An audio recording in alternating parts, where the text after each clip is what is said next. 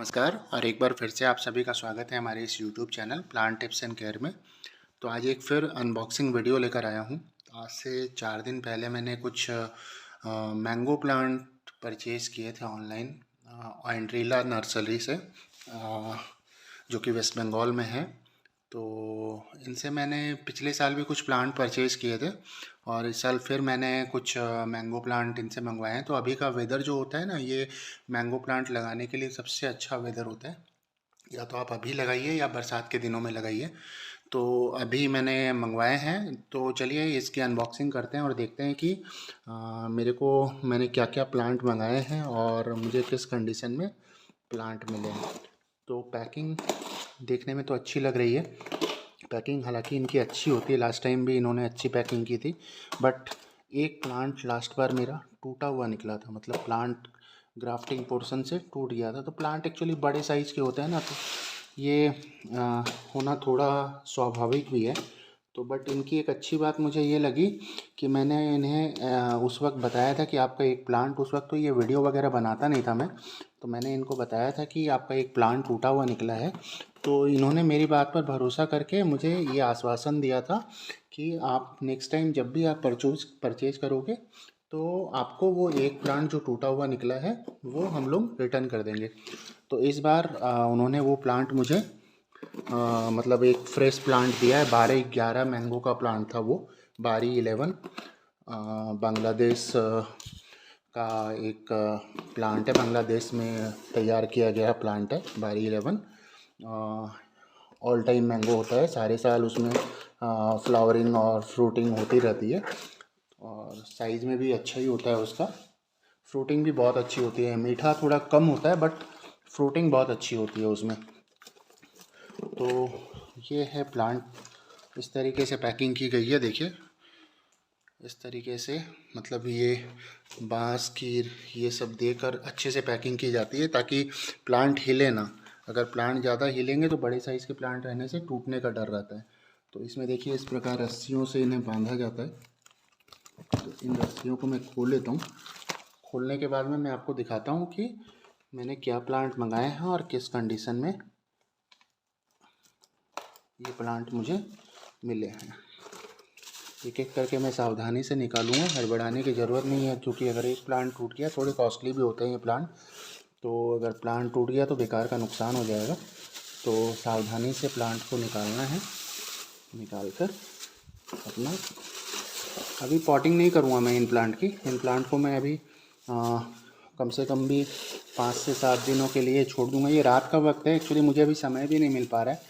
मैं कुछ अपने पर्सनल कामों में व्यस्त हूँ, तो मुझे अभी पूरी तरीके से समय नहीं मिल पा रहा है। तो जब मुझे समय मिलेगा तब मैं इसकी पॉटिंग करूँगा। अभी ये जो प्लास्टिक वाले पॉली बैग में है, इन बैग में ही इन्हें अभी कम से कम 5 से 7 दिन ऐसी जगह पर रखूँगा जहाँ इन्हें सुबह की धूप थोड़ी बहुत मिलती रहे। तो मैं खोल लेता हूँ प्लांट खोलने के बाद मैं आपको दिखाता हूँ कि मैंने क्या क्या वेराइटीज़ मंगाई है। तो प्लांट मैंने खोल लिए हैं, तो अब मैं आपको दिखाता हूँ कि प्लांट की कंडीशन कैसी मिली है मुझे। प्लांट देखिए, मैं आपको बताता हूँ कि प्लांट देख खूब ज़्यादा मैच्योर प्लांट तो नहीं दिए हैं इन्होंने। मतलब जो सच बात है उससे ये नहीं करना चाहिए, क्योंकि मैं उनकी कोई एडवर्टीज़मेंट करने के लिए तो वीडियो नहीं बना रहा हूँ। बट प्लांट जो उन्होंने दिए हैं अगर जेन्युइन वैरायटीज़ हैं, जो कि आशा करता हूँ जेन्युइन ही होगी, क्योंकि लास्ट ईयर भी जो प्लांट दिए थे वो जेन्युइन वैरायटीज़ थी। तो इस बार भी उन्होंने जेन्युइन वैरायटीज़ दिए होंगे। आम में ये एक प्रॉब्लम होती है कि इन्हें पहचानना ना थोड़ा सा मुश्किल होता है, कि पत्तों को देखकर हम इतने एक्सपीरियंस अभी हुए नहीं है कि पत्तों को देखकर नर्सरी वाले भी नहीं पहचान पाते हैं पत्तों को देखकर। तो अगर जेन्युइन वैरायटी दी है तो छोटे प्लांट भी चलिए ठीक है, मैं इन्हें बड़ा कर लूँगा। एक एक सिंगल ब्रांच है लंबी। ग्राफ्टिंग भी ज़्यादा पुरानी मुझे नहीं लग रही है, अभी रिसेंट ग्राफ्टिंग है। तो ये थोड़ा सा मैच्योर प्लांट है, बाकी ये भी थोड़ा सा मैच्योर है, बट ये भी मतलब सो है प्लांट खूब ज़्यादा मैच्योर नहीं है। बट प्लांट मुझे अच्छी कंडीशन में मिले हैं, ये सबसे बड़ी बात है, क्योंकि इन्हें मैच्योर करना तो छोटे प्लांट को बड़ा करने का अलग ही आनंद होता है। तो अब मैं आपको एक एक करके दिखा देता हूँ कि मैंने क्या क्या प्लांट मंगाए हैं और इनके बारे में थोड़ा कुछ मैं आपको जितना जानता हूँ वो भी बता देता हूँ। तो ये है, सबसे पहला प्लांट है, देखिए ये मैंगो का नाम है नामडॉकमाई। ये थाईलैंड का ना एक बहुत बहुत बहुत फेमस प्लांट है।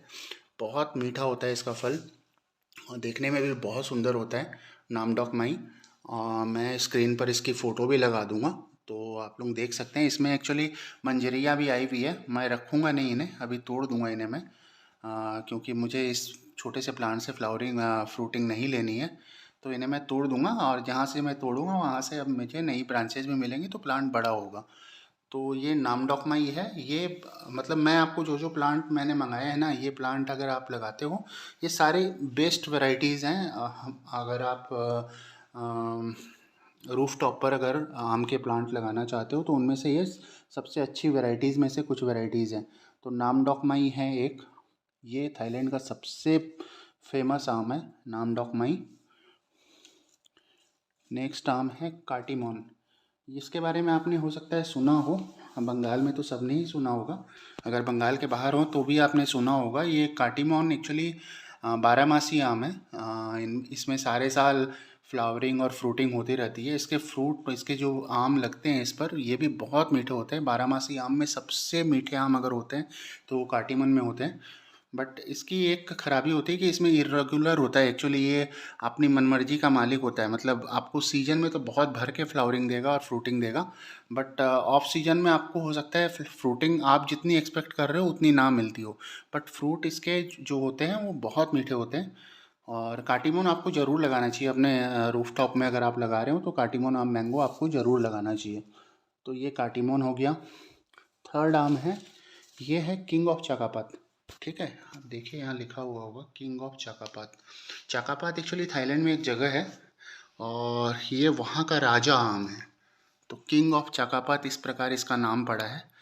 तो ये एक्चुअली अगर बोला जाए तो रूफ टॉप गार्डनिंग में इससे अच्छा कोई आम हो नहीं सकता है। किंग ऑफ चाकापात 12 माह से नहीं होता है, एक ही बार आपको फ्रूट मिलेंगे। बट इसके जो फ्रूट होते हैं ना, इसका टेस्ट जो होता है ये लाजवाब होता है। तो किंग ऑफ चाकापात आप ज़रूर लगा सकते हैं अपने रूफटॉप गार्डन में। फोर्थ प्लांट है रेड पाल्मर। ये एक्चुअली अमेरिकन रेड पाल्मर भी बोलते हैं इसे। ये अमेरिका फ्लोरिडा की एक वैरायटी है आम की। तो ये आम भी एक्चुअली लाल रंग का आम होता है, मीठा भी होता है। मैंने खाकर तो नहीं देखा है, बट मैंने जो सुना है वो मैं आपसे शेयर कर रहा हूँ। रेड पाल्मर एक्चुअली एक अच्छी वैरायटी होती है।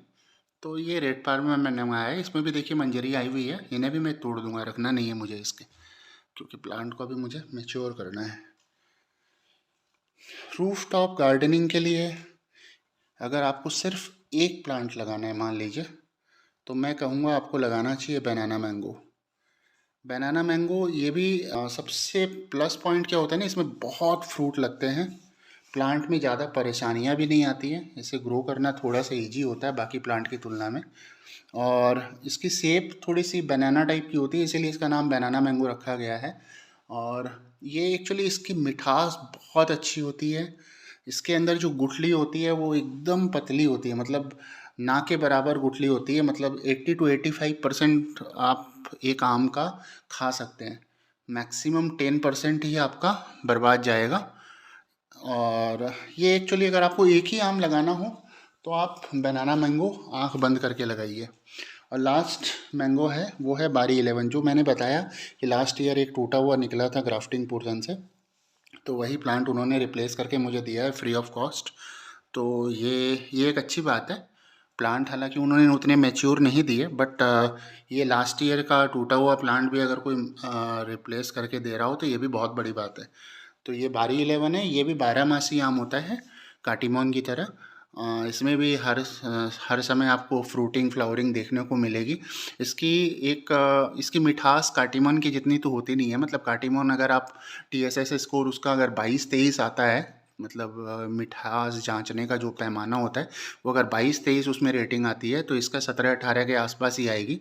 बट ये एक्चुअली बारी 11 ना, ये फलता बहुत है, मतलब आपको प्लांट पर फ्रूट बहुत ज़्यादा मिलेंगे। तो हम रूफटॉप गार्डनर को चाहिए क्या कि प्लांट पर फल लटके हुए हों तो वो नज़ारा देखने लायक ही होता है। तो बारी 11 आप आराम से लगा सकते हैं, बांग्लादेश की एक वैरायटी है। तो ये मेरा टोटल मैंने 6 प्लांट मुझे मिले हैं। 5 प्लांट का मैंने पेमेंट किया था इसका करीबन मुझे लगा था शायद, मैं बिल की फ़ोटो भी आपको यहाँ पर स्क्रीन पर दे दूँगा तो आप लोग देख सकते हैं, शायद 1650 रुपीज़ उन्होंने मुझसे लिया था, 1700 का बिल हुआ था इंक्लूडिंग कुरियर चार्जेस। तो 6 प्लांट मुझे मिल गए, मतलब एक तो ये लास्ट ईयर का था, 5 प्लांट की कॉस्ट मुझे 1650 रुपये के आसपास पड़ी है। तो वो बिल भी मैं यहाँ पर स्क्रीन पर अटैच कर दूँगा तो आप लोग देख सकते हैं। अभी ये प्लांट को मैं पॉटिंग नहीं करूँगा, इन्हें मैं अभी रख दूँगा 7 से 10 दिनों के लिए। उसके बाद में इसके लिए मिट्टी किस प्रकार तैयार करनी है सब कुछ मैं आपके साथ में वीडियो बनाकर शेयर करूँगा। तो इस नर्सरी का नंबर भी मैं दे दूँगा डिस्क्रिप्शन बॉक्स में, अगर आप लोगों को चाहिए तो आप लोग वहाँ से कॉन्टेक्ट करके प्लांट मंगवा सकते हैं। तो मिलते हैं अगले वीडियो में नई किसी जानकारी के साथ। धन्यवाद। इसकी